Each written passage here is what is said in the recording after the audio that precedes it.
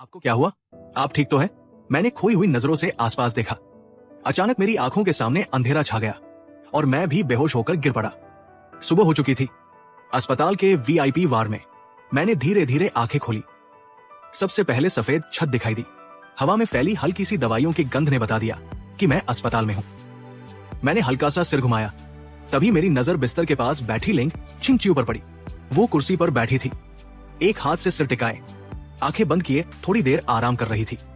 लगता था उसने पूरी रात यही मेरी देखभाल करते हुए बिताई थी। मैंने बस हल्का सा करवट बदली, इतने में ही वो तुरंत जाग गई। मुझे होश में देखकर उसने तुरंत पूछा, अब कैसा महसूस हो रहा है? क्या डॉक्टर को बुलाऊं? एक रात आराम करने के बाद मैं काफी बेहतर महसूस कर रहा था। मैंने सिर हिलाया और धीरे धीरे उठकर बैठ गया। फिर हैरानी से पूछा, मैं कल रात बेहोश कैसे हो गया था? मुझे तो कुछ भी याद नहीं। लिंग छिंगचिू ने मेरी तरफ गहरी नजरों से देखा। डॉक्टर ने कहा है, तुम बहुत ज्यादा डर गए थे। डर की वजह से तुम्हारी धड़कनें असामान्य हो गई, इसलिए तुम बेहोश हो गए। मैं कुछ पल के लिए चुप रह गया। बहुत ज्यादा डर गया था? उसने मेरी प्रतिक्रिया ध्यान से देखते हुए पूछा, कल रात की घटना ने तुम्हें इतना डरा दिया था? लेकिन मुझे ये बात खुद भी अजीब लग रही थी। आखिर कल का हादसा इतना भी भयानक नहीं था कि कोई डर के मारे बेहोश हो जाए। शायद छोटे बच्चे भी इतनी आसानी से नहीं डरते, और मैं तो कभी डरपोक इंसान रहा ही नहीं। फिर मैं सिर्फ डर की वजह से कैसे बेहोश हो सकता था? कुल मिलाकर मेरे बेहोश होने की वजह खुद मुझे भी समझ नहीं आ रही थी। हाँ, ये भी हो सकता था कि उस वक्त मैं सचमुच बहुत डर गया था। मैंने धीरे से सिर हिला दिया। हाँ, शायद मैं सचमुच डर गया था। फिर मैंने पूछा, सोंग जिहाओ कैसा है? उसे कुछ हुआ तो नहीं? लिंग छिंगचिू मेरी बात सुनकर हैरान रह गई। उसे उम्मीद नहीं थी कि मैं खुद सोंग जिहाओ की चिंता करूंगा। मेरी आवाज में न जलन थी न ताना, बस एक सामान्य चिंता थी। वो बोली, वो ठीक है, बस हाथ में चोट आई है और थोड़ा सदमा लगा है, कोई गंभीर बात नहीं है। मैंने सिर हिलाया, अच्छा है। इसके बाद मैंने कुछ नहीं कहा। लिंग छिंगचिू के मन में कई तरह के विचार उठने लगे। कल रात वो मुझे छोड़कर सोंग जिहाओ को अस्पताल ले आई थी, फिर मैं भी बेहोश हो गया था। अगर पहले वाला मैं होता तो होश आते ही उससे जरूर झगड़ा करता, लेकिन आज मेरी प्रतिक्रिया बिल्कुल शांत थी। इतनी शांत मानो मैं पूरी तरह बदल चुका हूं। उसे महसूस होने लगा था कि कुछ दिन पहले मेरे होश में आने के बाद से ही मैं पहले जैसा नहीं रहा। शुरुआत में उसे लगा था कि मैं जानबूझकर उसे अपनी तरफ खींचने का खेल खेल रहा हूं, लेकिन अब उसे ऐसा नहीं लग रहा था, जैसे मेरी ये बदलती हुई सोच सचमुच असली थी। शायद मेरी परीक्षा लेने के लिए उसने जानबूझकर कहा। सोंग जिहाओ अभी भी बगल वाले कमरे में है, उसे अभी तक होश नहीं आया। मैंने उसकी तरफ देखा। अचानक मुझे पिछले जन्म की एक बात याद आ गई। क्या उस जन्म में भी इसी पार्टी में ऐसा हादसा हुआ था? क्या तब भी सोंग जिहाओ ने लिंग छिंगचिू की जान बचाई थी? और क्या इसलिए लिंग छिंगचिू पूरी रात अस्पताल में उसके साथ रही थी और घर नहीं लौटी थी? अगर सच यही था तो पिछले जन्म में मैंने न जाने कितनी बार उन्हें गलत समझा होगा। शायद शुरुआत में सब सिर्फ मेरा भ्रम था, लेकिन मैं खुद ही हर बात पर झगड़ा करता रहा, हर दिन रिश्ते को बिगाड़ता रहा, और आखिरकार मैंने ही दोनों को एक दूसरे के करीब ला दिया। शायद पिछले जन्म में मेरी शादी किसी और ने नहीं, मैंने खुद बर्बाद की थी। मैंने अपनी जिंदगी भी खुद तबाह की थी। अगर उस समय मैं थोड़ा शांत रहता, थोड़ा समझदारी से सोचता, अगर मेरा मन इतना कमजोर न होता, तो कोई भी मेरा घर नहीं तोड़ सकता था। मेरी सारी बदकिस्मती और मेरा पूरा दुख शायद मेरी अपनी ही वजह से था। ये सोचकर अचानक मेरे मन का बहुत सा बोझ हल्का हो गया। लेकिन इसका मतलब ये बिल्कुल नहीं था कि मैं अब लिंग छिंगचिू के साथ फिर से नई शुरुआत करना चाहता था। मैं अपनी किस्मत को दोबारा दाव पर नहीं लगाना चाहता था। 7 साल मैंने उसे पूरे दिल से चाहा था, इतना प्यार किया, इतनी परवाह की, लेकिन मरते दम तक वो कभी मुझसे प्यार नहीं कर पाई। यही बात साबित करने के लिए काफी थी कि उसका दिल बेहद ठंडा और कठोर था। फिर मैं क्यों दोबारा अपना समय और भावनाएं उसी पर बर्बाद करूं? उसके लिए मेरा प्यार, मेरा जुनून बहुत पहले ही खत्म हो चुका था। इस जन्म में मैं अब किसी से प्यार नहीं करना चाहता था, और नहीं प्यार के लिए फिर कभी खुद को खो देना चाहता था। ये सब समझने के बाद मेरा मन पहले से कहीं ज्यादा शांत हो गया। सच ही कहा जाता है, जिस इंसान की कोई इच्छा या लालसा नहीं रहती, वही सबसे मजबूत बनता है। लिंग छिंगचिू को जरा भी अंदाजा नहीं था कि मैं सचमुच पूरी तरह बदल चुका हूँ। उसकी सारी परख और इशारे बेकार साबित हो रहे थे। मैंने कहा, इस बार तो सोंग जिहाओ की वजह से ही हम बच गए। अगर वो न होता तो घायल मैं होता। तुम उसे जैसा भी इनाम देना चाहो, मुझे कोई आपत्ति नहीं है। लिंग छिंगचिू ने मेरी तरफ गहरी नजरों से देखा। मैंने हैरानी से पूछा, क्या हुआ? उसने शांत स्वर में पूछा, मतलब मैं सोंग जिहाओ को जैसा चाहूं वैसा इनाम दूं? मैंने बिना हिचक सिर हिलाया। हाँ, तुम जैसा ठीक समझो वैसा करो। मेरे शब्दों का असली मतलब वो समझ चुकी थी। यहाँ तक कि अगर वो उसी वक्त सोंग जेहाओ से शादी करना चाहती तो भी मुझे कोई ऐतराज नहीं होता। उसकी आंखें अचानक तेज हो गई। तुम्हारा ये बदलाव वाकई मेरी उम्मीद से बाहर है, मैंने उसकी आंखों में देखते हुए कहा। इसलिए अब ये मत सोचना कि मैं तलाक की बात किसी चाल के तहत कर रहा हूं। मैं सचमुच तुमसे तलाक लेना चाहता हूं। उसके होंठों पर हल्की मुस्कान आई। अगर तुम सच में ऐसा कर पाए तो मैं तुम्हें नए नजरिए से देखूंगी, मैंने मुस्कुराकर कहा। उसकी जरूरत नहीं है, बस जल्दी से तलाक के लिए राजी हो जाओ ताकि मेरा दिल भी जल्दी आजाद हो जाए। हालांकि लिंग छिंगचियो खुद भी तलाक चाहती थी, लेकिन हर दिन मेरी जिद सुन सुनकर उसे अजीब सी चिढ़ होने लगी थी। आखिर शादी करने की जिद भी मैंने ही की थी और अब तलाक की जिद भी मैं ही कर रहा था। सबसे ज्यादा उसे यही बात पसंद नहीं थी कि कोई उसकी जिंदगी अपनी मर्जी से चलाए। पहले मैंने उसकी शादी तय करवाई, अब तलाक भी अपनी शर्तों पर चाहता था। उसे लग रहा था कि मैं हद से ज्यादा मनमानी कर रहा हूं। अचानक उसने होठों पर मुस्कान लाते हुए पूछा, शादी को इतना समय हो गया, लेकिन लगता है हमने आज तक कभी किस भी नहीं किया। मैं उसकी बात का मतलब समझ ही नहीं पाया। अचानक उसने मेरा हाथ पकड़ लिया। अगले ही पल उसके होंठ मेरे होठों पर थे। मेरा दिमाग एक पल के लिए बिल्कुल सुन्न हो गया। लिंग छिंगचियो मेरी आंखों में देखते हुए धीरे धीरे मुझे चूम रही थी। उसकी नजरें मेरे चेहरे के हर छोटे से छोटे भाव को पढ़ रही थी। मैं सचमुच हक्का बक्का रह गया था। 2 जन्मों की यादों को जोड़ दूं, तभी मैंने कभी नहीं सोचा था कि वो अचानक मुझे किस करेगी। ये तो ऐसी बात थी जिसकी मैंने कल्पना तक नहीं की थी। मैंने पूरी ताकत से उसे अपने से अलग किया। गुस्से में बोला, तुम कर क्या रही हो? पिछले कुछ दिनों से मैं हर बात पर बिल्कुल शांत रहता था। मेरे चेहरे पर शायद ही कोई भावना दिखाई देती थी, लेकिन इस बार मेरा इतना तीखा विरोध देखकर लिंग छिंगचियो हल्के से मुस्कुराई। ये मत कहना कि तुम इसका मतलब नहीं समझते। मैंने गहरी सांस लेकर खुद को शांत किया, फिर ठंडे स्वर में कहा, तुम्हें घिन नहीं आती? तुम मुझे नापसंद करती हो, फिर भी जानबूझकर मुझे किस किया। ये सब बहुत बनावटी है, उसने हल्की मुस्कान के साथ जवाब दिया। मैं अपने ही पति को किस कर रही हूं, इसमें घिन कैसी? लेकिन उसने मुझे कभी अपना पति माना ही कब था? मैंने उसकी तरफ ठंडी नजर से देखा। लिंग छिंगचियो, तुम्हारी ये हरकत सचमुच घिनौनी है। इतना कहकर मैं बिना उसकी प्रतिक्रिया की परवाह किए बिस्तर से उतरने लगा।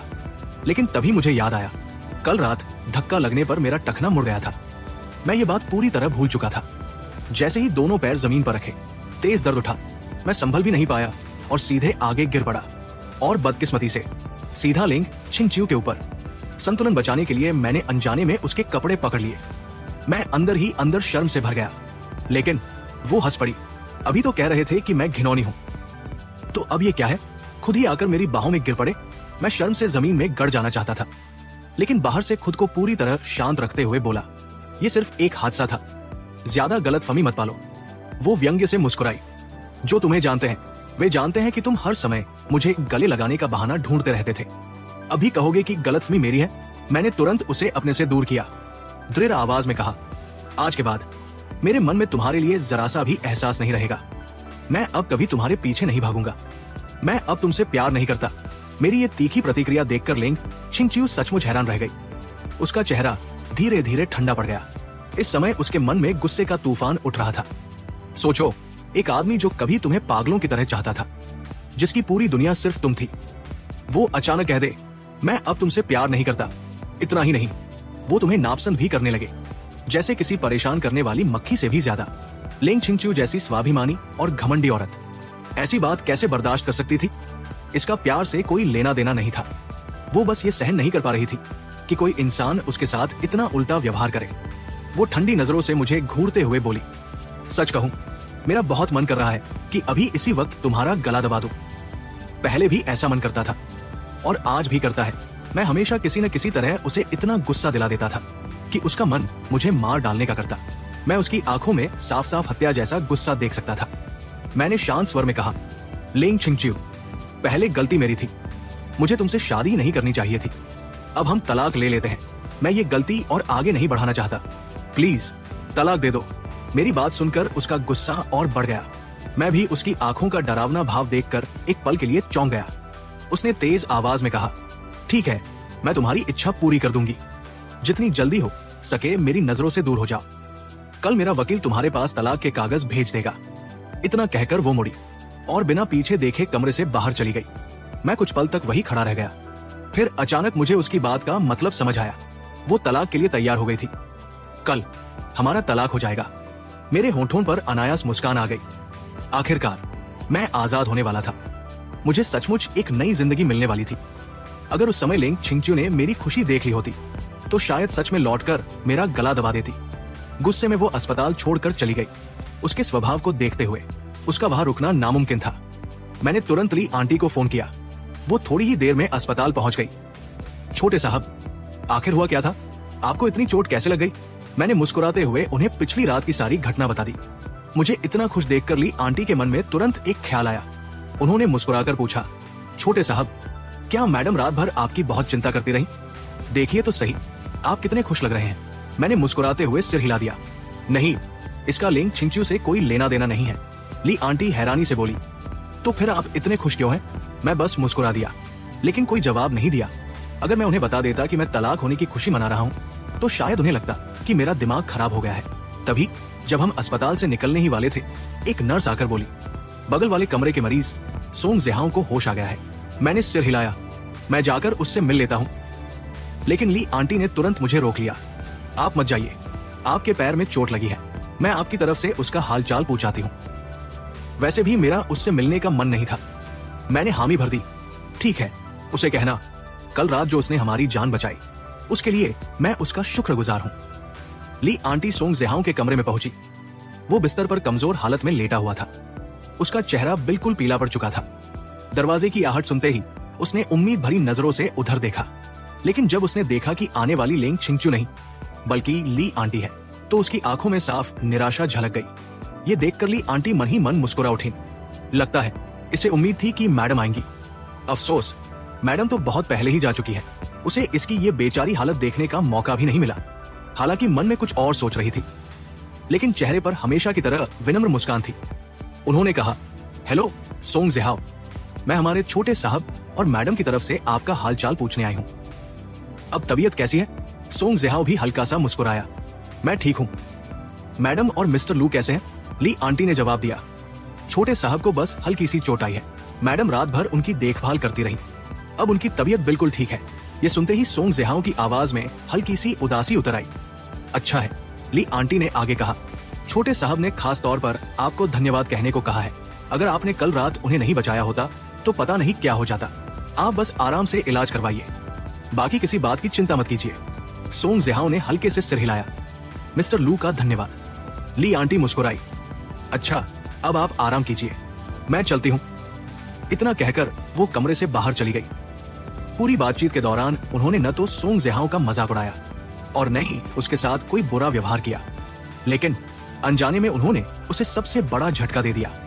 कल रात सबसे ज्यादा घायल वही हुआ था। फिर भी लिंग छिंगच्यू पूरी रात मेरी देखभाल करती रही, जबकि सोंग जेहाओ तो ठीक बगल वाले कमरे में भर्ती था।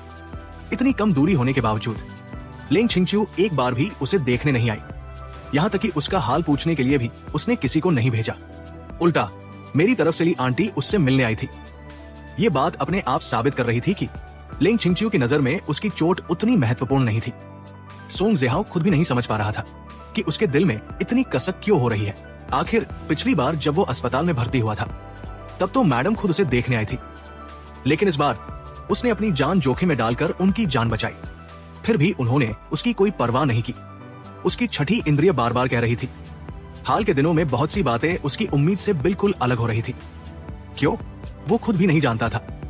बस इतना महसूस हो रहा था कि सब कुछ जैसे पहले से अलग दिशा में जा रहा है। मैं घर वापस आ गया, नहाने के बाद खाना खाया और फिर अपना सामान पैक करना शुरू कर दिया। कल मेरा तलाक होने वाला था, इसलिए आज ही सारी तैयारी पूरी कर लेनी थी। मैंने ली आंटी को भी मदद के लिए बुला लिया। वो हैरानी से पूछने लगी, छोटे साहब, ये सब सामान क्यों बांध रहे हैं? क्या कहीं शिफ्ट होने वाले हैं? मैंने सिर हिलाया। हाँ, कल मैं यहाँ से चला जाऊंगा। वो चौंक गई। लेकिन क्यों? मैं उन्हें तलाक वाली बात नहीं बता सकता था।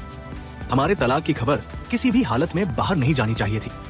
मैंने बहाना बनाया, बस कुछ दिन बाहर रहना चाहता हूँ। लेकिन ली आंटी अभी उलझन में थी। अचानक बाहर क्यों जाना चाहते हैं? मैंने कमरे की तरफ देखते हुए कहा। यह घर बहुत बड़ा है और बहुत खाली खाली लगता है। यहाँ रहकर घुटन सी होती है, इसलिए कुछ दिन बाहर रहूंगा। मेरी बात सुनकर ली आंटी चिंता से मुझे देखने लगी। छोटे साहब, क्या आपके और मैडम के बीच कुछ हुआ है? मैंने तुरंत सिर हिलाया। नहीं, ऐसी कोई बात नहीं है, बस थोड़ा मन बदलना चाहता हूँ। और हाँ, दादाजी को इसके बारे में मत बताइएगा। फिर मैंने मुस्कुराकर कहा, ली आंटी, ज्यादा मत पूछिए, मैं जैसा कहूँ बस वैसा कर दीजिए, ठीक है? वो मुस्कुरा पड़ी। ऐसा कब हुआ है कि मैंने आपकी बात नहीं मानी? मैं भी मुस्कुरा दिया। मुझे पता था आप ही मेरे लिए सबसे अच्छी है। ये सुनकर ली आंटी का दिल भर आया। उन्होंने फिर कोई सवाल नहीं किया, बस चुपचाप मेरे साथ सामान समेटने लगी। वैसे भी कुछ बातें जान लेने से कोई फायदा नहीं होता। मैं ज्यादा सामान साथ नहीं ले जाना चाहता था, सिर्फ जरूरी चीजें रखी, बाकी सब यही छोड़ देने का फैसला किया। ज्यादा देर नहीं लगी, कुछ ही समय में सारी पैकिंग पूरी हो गई। मैं बिस्तर पर बैठ गया। अचानक लगा पूरा बंगला पहले से भी ज्यादा सुना हो गया है। वैसे तो ये घर मुझे हमेशा खाली खाली लगता था, लेकिन आज तो इसकी वीरानी और भी ज्यादा महसूस हो रही थी। शादी के पूरे 1 साल में मुझे इस जगह कभी घर जैसा अपनापन महसूस नहीं हुआ। शायद ये घर कभी मेरा था ही नहीं। अच्छी बात बस इतनी थी कि अभी भी मेरे पास लौटने का मौका था। ये सोचकर कि कल से मेरी नई जिंदगी शुरू होगी, मेरे मन में अजीब सी खुशी थी, साथ ही जैसे बरसों का बोझ उतर गया हो। मैं बिस्तर पर लेटा अपने भविष्य के बारे में सोचने लगा। पहले मुझे पढ़ाई से कोई मतलब नहीं था, मेरे दिमाग में हर वक्त सिर्फ लेंग छिंगचियो रहती थी। इसी वजह से शादी के बाद मैंने पढ़ाई भी छोड़ दी थी। लेकिन अब मुझे दूसरी जिंदगी मिली थी, मैं उसे यूं ही बर्बाद नहीं कर सकता था। मैं दोबारा पढ़ाई करना चाहता था, लेकिन क्या पढूं? यही सोचकर मैं परेशान हो गया। सच कहूं तो मुझे खुद नहीं पता था कि मुझे किस रास्ते पर चलना चाहिए। आखिर में मैंने खुद से कहा, पहले तलाक हो जाने दो, बाकी सब बाद में सोच लेंगे। उस रात लेंग छिंगचियो घर नहीं लौटी। सुबह सुबह मैंने अपना सारा सामान नीचे मंगवा लिया। वैसे भी आज तलाक होना था, पहले से तैयारी कर लेना बेहतर था। मेरा सामान बहुत ज्यादा नहीं था, लेकिन फिर भी कई बड़े सूटकेस भर गए थे। उसी समय लेंग छिंगचियो घर में दाखिल हुई। जैसे ही उसकी नजर दरवाजे के पास रखे सूटकेसों पर पड़ी, वो हल्का सा भौहें सिकोड़कर बोली, ये सब क्या है? एक नौकर ने आदर से जवाब दिया, मैडम, ये सारे सूटकेस छोटे साहब के हैं। लेंग छिंगचियो तुरंत सब समझ गई। मैं तो उसके घर छोड़ने से पहले ही अपना सामान बांध चुका था। न जाने क्यों उसे अचानक मेरी पुरानी बातें याद आने लगी। छिंगचियो दी, मैं सच में आपसे बहुत प्यार करता हूँ। इस जिंदगी में मैं सिर्फ आपसे ही प्यार करूंगा। मुझसे शादी कर लीजिए, मैं पूरी जिंदगी आपके साथ रहना चाहता हूँ। अब ये सब याद करके उसे बेहद व्यंग्यात्मक लगा। उसे महसूस हुआ कि मैं शायद कभी प्यार का मतलब समझता ही नहीं था। वो सब सिर्फ पाने की जिद थी। शादी को अभी कितना ही समय हुआ था और मैं पहले ही ऊब गया था। शायद मैं उससे कभी प्यार करता ही नहीं था, बस इसलिए उसके पीछे पागल था, क्योंकि वो मुझे नहीं मिल रही थी। अब जब वो मेरी पत्नी बन चुकी थी, तो शायद मैं उससे भी ऊब गया था। पहले मैंने जबरदस्ती उससे शादी की और अब उसी जिद से तलाक मांग रहा था। उसे लगने लगा कि मैं उसकी जिंदगी को मजाक बना रहा हूं। जितना वो सोचती, उतना ही उसका गुस्सा बढ़ता जा रहा था। मैं नाश्ता करके डाइनिंग हॉल से बाहर निकला, तभी मेरी नजर उस पर पड़ी। मैं सहज ही कुछ कहना चाहता था, लेकिन जैसे ही उसकी बर्फ जैसी ठंडी आंखें देखी, मेरे होंठ वही रुक गए। लेंग छिंगचियो कुछ पल तक मुझे घूरती रही, फिर बिना कुछ कहे ठंडे चेहरे के साथ ऊपर चली गई। मुझे समझ नहीं आया कि वो इतनी नाराज क्यों है, फिर भी मैं उसके पीछे चला गया। मैंने अपना सारा सामान पैक कर लिया है, बस दस्तखत होते ही मैं यहाँ से चला जाऊंगा। वो मेरी तरफ पीठ किए खड़ी रही, कोई जवाब नहीं दिया। मैंने झिझकते हुए फिर पूछा, वकील कब आएगा? मुझे कुछ नहीं चाहिए, मैं सिर्फ अपना सामान लेकर चला जाऊंगा। फिर भी उसने कोई प्रतिक्रिया नहीं दी। मैंने सोचा, एक आखिरी बात कहकर चला जाता हूं। तुम चिंता मत करो, हमारे तलाक की बात मैं किसी को नहीं बताऊंगा। तलाक की बात कब सबको बतानी है, ये पूरी तरह तुम्हारे ऊपर है। मैंने जो कहा है वो निभाऊंगा। मेरी बात पूरी होते ही अब तक चुप खड़ी लेंग छिंगचियो अचानक मुड़ी। उसकी आवाज बर्फ जैसी ठंडी थी। बहुत अच्छे, सच में कमाल कर दिया तुमने। मैं समझ ही नहीं पाया कि वो इतनी गुस्से में क्यों है। मैंने अनायास पूछा, क्या हुआ? क्या अब तुम तलाक नहीं चाहती? वो व्यंग्य से मुस्कुराई।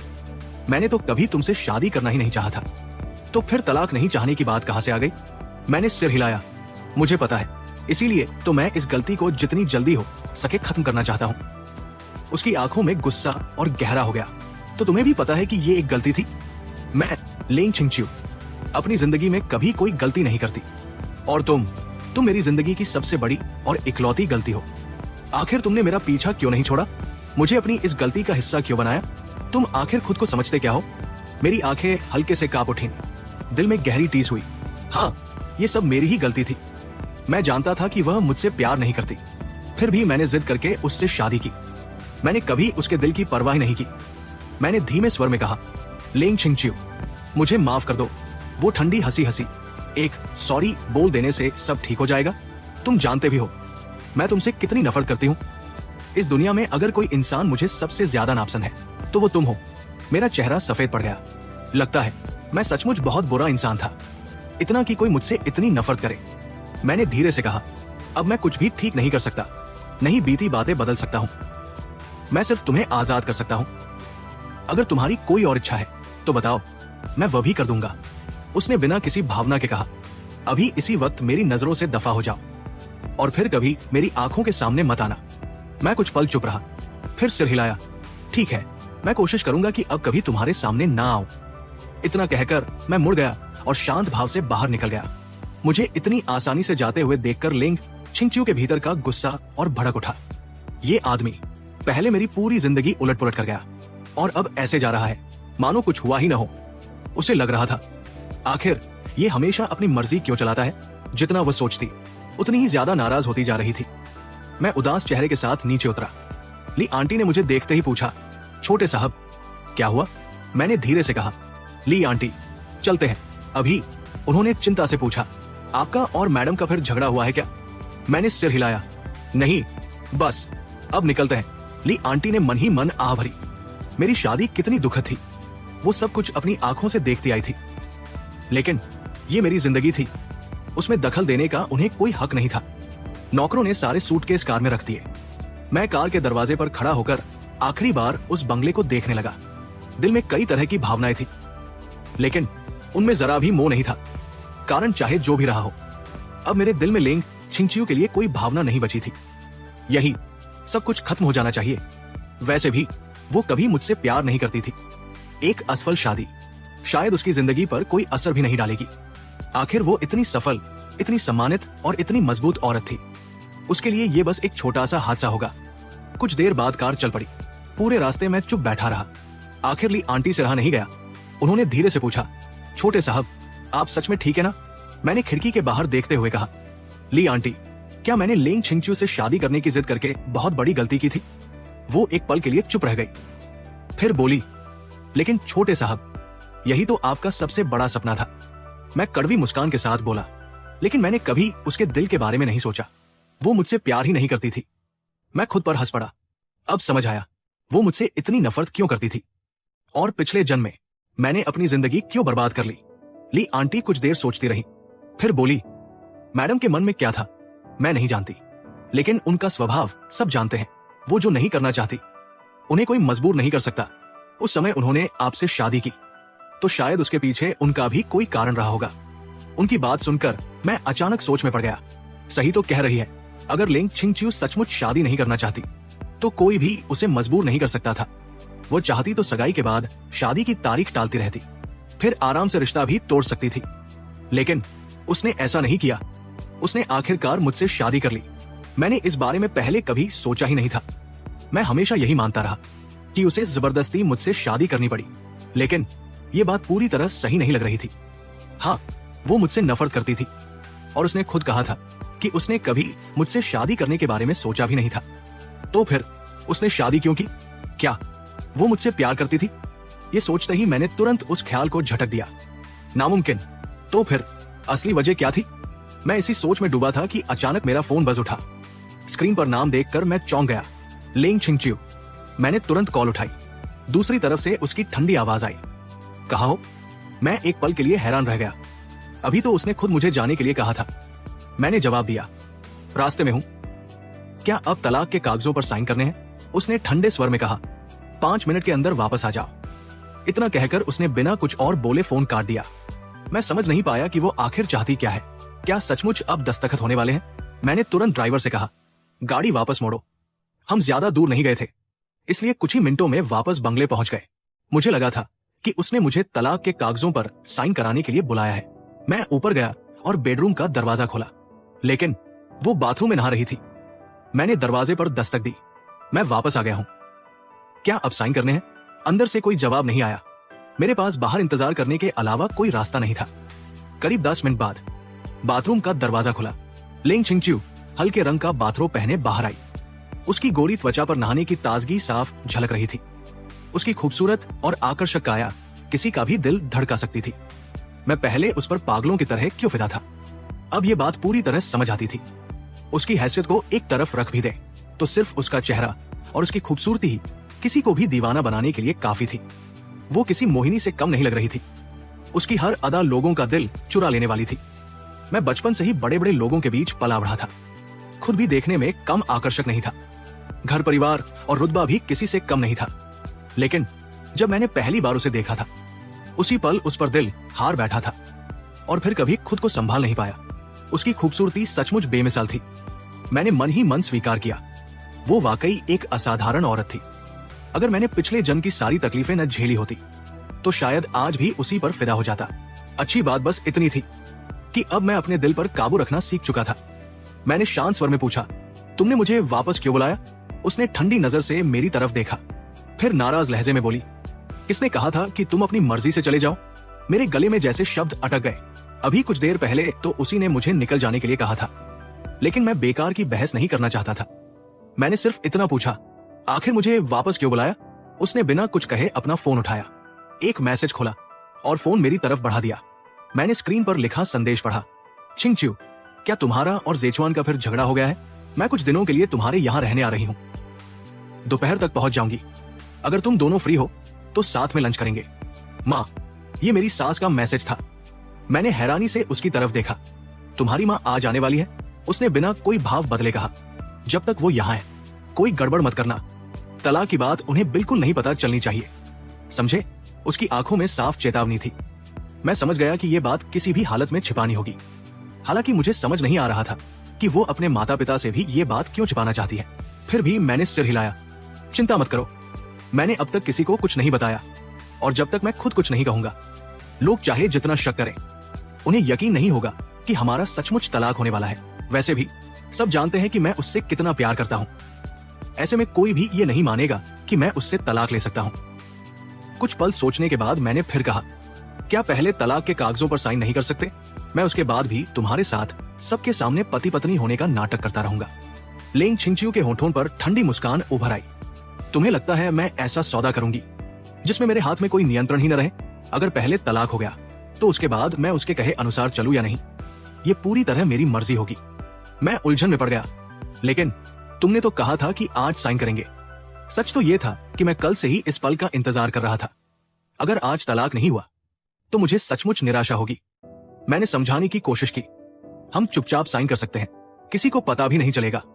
मैं तुम्हारा पूरा साथ दूंगा, तुम्हारे मम्मी पापा को भी कुछ पता नहीं चलने दूंगा। इन दिनों लेंग छिंगच्यू को सबसे ज्यादा जिस बात से चिढ़ होने लगी थी वो थी मेरे मुंह से बार बार तलाक शब्द सुनना। मैं पिछले कई दिनों से हर बात में यही दोहराता आ रहा था। उसने ठंडे स्वर में कहा, मुझे याद दिलाने की जरूरत नहीं है, मैं तुमसे तलाक जरूर लूंगी, लेकिन अभी नहीं। अभी तलाक लेना भूल जाओ। मेरे पास मानने के अलावा कोई रास्ता नहीं था। मैंने पूछा, तो कम से कम कोई समय तो बता दो। मैं आखिर कब तक इंतजार करूं? मैं हमेशा इंतजार नहीं कर सकता। असल में मुझे डर था कि कहीं मेरा धैर्य जवाब न दे जाए। उसके भीतर गुस्सा फिर से उभर आया, लेकिन इस बार उसने खुद को संभाल लिया। मेरे लिए तलाक लेना इतना आसान नहीं है। जब सारी तैयारी पूरी हो जाएगी तब मैं खुद तुमसे तलाक लूंगी। उस दिन तुम चाहो या न चाहो तलाक होकर रहेगा। मुझे पूरा यकीन था वो भी मेरी ही तरह इस शादी को जल्द खत्म करना चाहती थी। जब इस गलत शादी की शुरुआत मेरी वजह से हुई थी तो उसे खत्म करने में भी मुझे उसका साथ देना चाहिए। मैंने धीरे से कहा, ठीक है, जब तक तुम तैयार नहीं हो जाती मैं इंतजार कर लूंगा।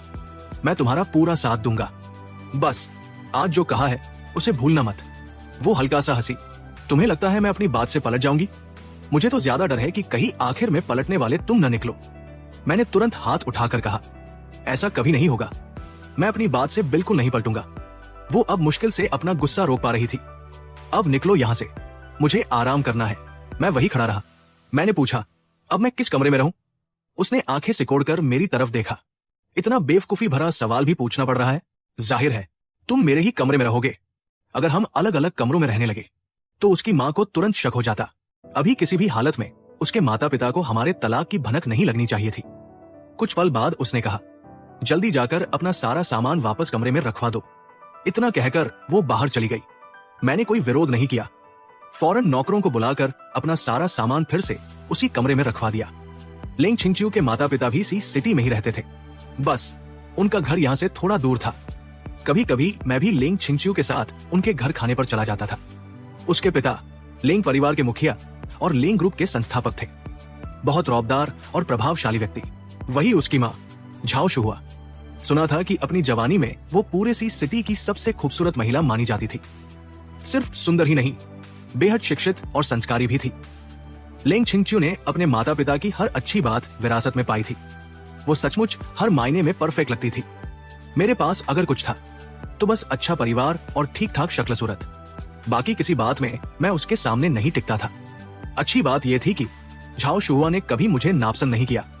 वो हमेशा मेरे साथ बहुत अच्छा व्यवहार करती थी, इसलिए मुझे उनके सामने अभिनय करने की ज्यादा चिंता नहीं थी। बस इतना ध्यान रखना था कि उन्हें हमारे तलाक का जरा भी शक न हो। दोपहर ठीक 12 बजे झाओ शुहुआ समय पर पहुंच गई। मैं और लेंग छिंगचियो दोनों उन्हें लेने बाहर गए। एक शानदार रोल्स रॉयस आकर रुकी। उसमें से झाओ शुहुआ उतरी। उनका व्यक्तित्व बेहद शालीन और गरिमामय था। उन्हें देखकर ऐसा लगता था जैसे उम्र उन पर रुकी हुई हो। करीब 60 साल की होने के बावजूद वो मुश्किल से 40 साल की लगती थी। उनकी त्वचा और फिटनेस देखकर कोई भी दंग रह जाए। मैं मन ही मन उनकी बहुत इज्जत करता था। लेंग छिंगचियो ने आदर से कहा, माँ। हालांकि उसके चेहरे पर हमेशा की तरह कोई भाव नहीं था। मैंने भी मुस्कुराकर कहा, माँ। झाओ शुहुआ ने तुरंत बनावटी नाराजगी दिखाई। क्या बात है, माँ को देखकर तुम दोनों जरा भी खुश नहीं हुए? हर समय इतना गंभीर चेहरा क्यों बनाए रखते हो? जरा मुस्कुराया भी करो। उदास चेहरे बिल्कुल अच्छे नहीं लगते।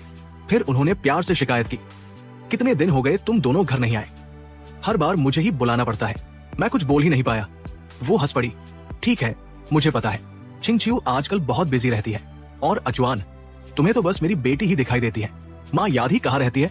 मैं शर्माते हुए बोला, ऐसी बात नहीं है, मेरे लिए तो आप भी मेरी अपनी माँ जैसी है। झाओ शुहुआ मुस्कुरा दी। बस मेरी बेटी का अच्छे से ख्याल रखना, यही मेरे लिए काफी है। चलो अंदर चलते हैं, इस बार मैं कुछ दिन यही रहने वाली हूँ। आराम से बैठकर खूब बातें करेंगे। मैं चुपके से लेंग छिंगचियो की तरफ देखने लगा। उसी समय उसने भी मेरी तरफ देखा। हम दोनों की नजरें मिली और बिना कुछ कहे हम एक दूसरे का मतलब समझ गए। दोपहर का खाना पहले से तैयार था। हम सब सीधे डाइनिंग टेबल पर बैठ गए। खाते खाते लेंग छिंगचियो ने धीमे से पूछा, माँ, क्या आप सचमुच कुछ दिन यही रहेंगी? पापा ने मान लिया। उसके माता पिता हमेशा साथ रहते थे। इतने सालों में शायद ही कभी अलग हुए हों। ऐसे में झाओ शुहुआ का अकेले यहाँ आना थोड़ा अजीब था। वो मुस्कुराई। उन्हें मानना है या नहीं, उससे क्या फर्क पड़ता है, फैसला मैं करती हूँ। लेंग छिंगचियो ने मजाक में पूछा, कहीं आप दोनों का झगड़ा तो नहीं हुआ? झाओ शुहुआ ने प्यार से उसके सिर पर हल्की सी चपत लगाई। कैसी बेकार बातें करती हो, मैं तो इसलिए आई हूं कि कहीं तुम दोनों के रिश्ते में कोई दिक्कत ना आ जाए। असल में उनके आने की असली वजह कुछ और थी। वो हमारी शादीशुदा जिंदगी में दखल देने नहीं आई थी, बल्कि उन्हें अपने नाती नातिन की इतनी बेसब्री से प्रतीक्षा थी कि अब उनसे इंतजार नहीं हो रहा था। हमारी शादी को इतना समय हो चुका था, लेकिन लेंग छिंगचियो अब तक मां नहीं बनी थी। इसलिए उन्होंने तय किया था कि कुछ दिन हमारे साथ रहकर किसी तरह हमें बच्चा करने के लिए प्रेरित करें। लेकिन न मुझे इसका पता था और न ही लेंग छिंगचियो को। हम दोनों तो यही समझ रहे थे कि बस उनके सामने पति पत्नी होने का नाटक ठीक से निभाना है। दिन भर लेंग छिंगचियो ऑफिस में रही। रात काफी देर से वो कमरे में लौटी। दरवाजा खोलते ही उसकी नजर बिस्तर पर सोए हुए मुझ पर पड़ी। कमरे में हल्की सी गुलाब की खुशबू फैली हुई थी। वो अपने कपड़े लेकर बाथरूम में चली गई। असल में मैं